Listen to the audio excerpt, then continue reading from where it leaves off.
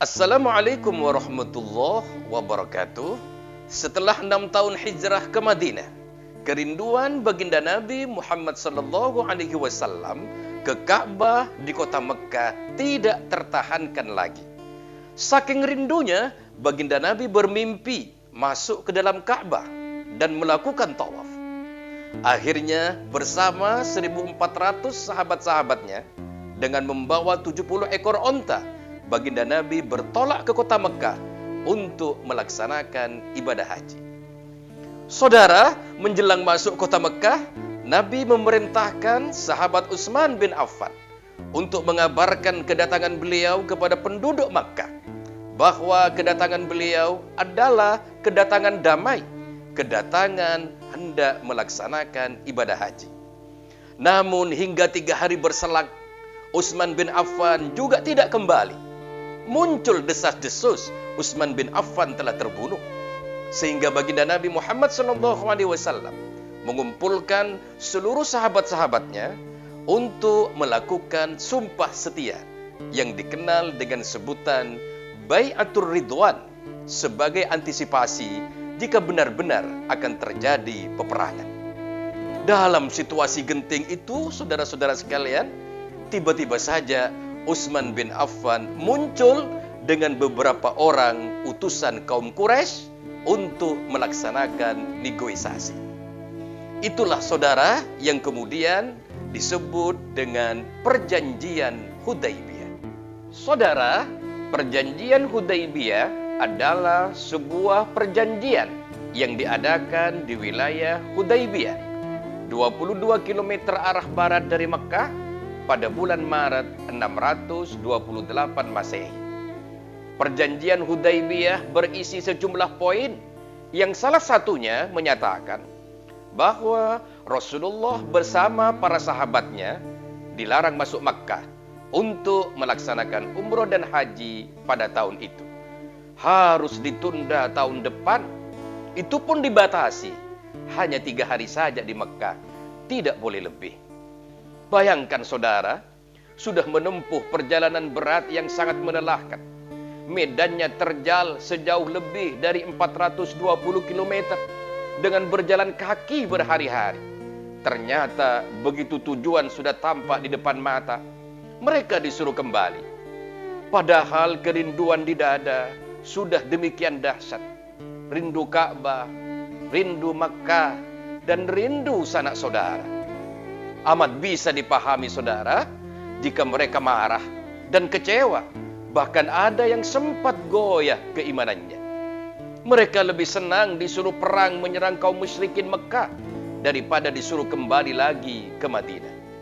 Bahkan saking kecewanya, Sayyidina Umar bin Khattab sampai bertanya kepada Nabi, kenapa Rasulullah mau menerima perjanjian yang banyak merugikan pihak kaum muslimin itu? Padahal kaum muslimin berdiri di atas kebenaran.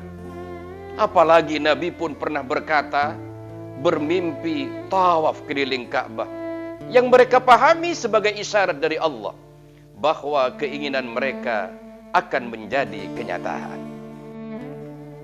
Saudara, melihat situasi yang kurang kondusif itu, akhirnya sahabat Abu Bakar angkat bicara dan mengingatkan mereka semua bahwa baginda Nabi Muhammad SAW adalah utusan Allah.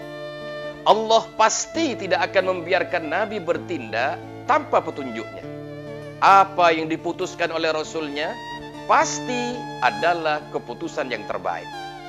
Mendengar penuturan Abu Bakar tersebut, akhirnya para sahabat tersadar. Dan pada akhirnya, apa yang diyakini oleh Abu Bakar As-Siddiq benar-benar menjadi kenyataan.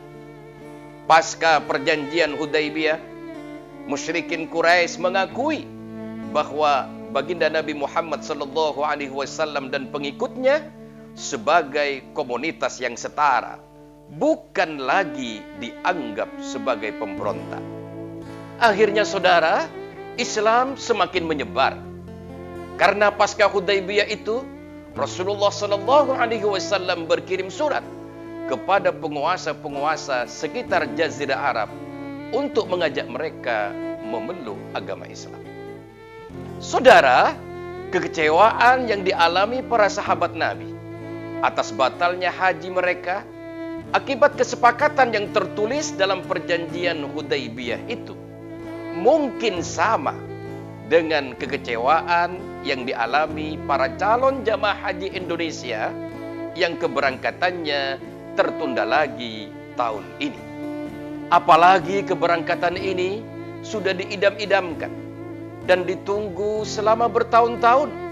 Namun begitu akan terwujud, semua menjadi buyar karena adanya pembatalan. Di sini saya tidak hendak berpolemik tentang penyebab pembatalan atau lebih tepatnya penundaan haji ini. Apakah terkait pandemik ataukah yang lainnya? Tapi yang jelas sama dengan peristiwa Hudaybiyah yang hikmahnya tidak mampu diketahui oleh para sahabat. Bisa jadi, saudara, penundaan ini pun juga demikian. Kita tidak mampu atau belum mampu menangkap kebaikan yang ada di baliknya. Karena tidak ada satupun kejadian di alam semesta ini yang terjadi tanpa izin Allah Subhanahu wa ta'ala. Allah berfirman di dalam Al-Quran, "Wa 'asa an takrahu syai'an wa huwa khairul lakum. Wa 'asa an tuhibbu syai'an wa huwa syarrul lakum. Wallahu ya'lamu wa antum la ta'lamun." Boleh jadi kamu membenci sesuatu, padahal ia amat baik bagimu. Dan boleh jadi pula kamu menyukai sesuatu, padahal ia amat buruk bagimu. Allah mengetahui, sedang kamu tidak mengetahui. Saudara, terlepas dari berbagai pro dan kontra tentang penundaan haji ini, percayalah bahwa Allah tidak akan pernah menzalimi kita. Ketika kita sudah berniat haji, maka pada saat itu pula Allah memberikan pahala meskipun haji kita tertunda. Ikhlas dan tawakal itu adalah kuncinya. Faman ya'mal mithqala dzarratin khairan yarah. Barang siapa yang mengerjakan kebaikan sebesar darah sekalipun, niscaya dia akan melihat balasannya. Jangan khawatir saudara, barang siapa yang mencoba-coba mempermainkan calon jamaah haji demi keuntungan politik tertentu atau demi keuntungan finansial, maka itu pun tidak lepas dari pengawasan Allah Subhanahu wa ta'ala. Wa may ya'mal mithqala dzarratin syarran yarah.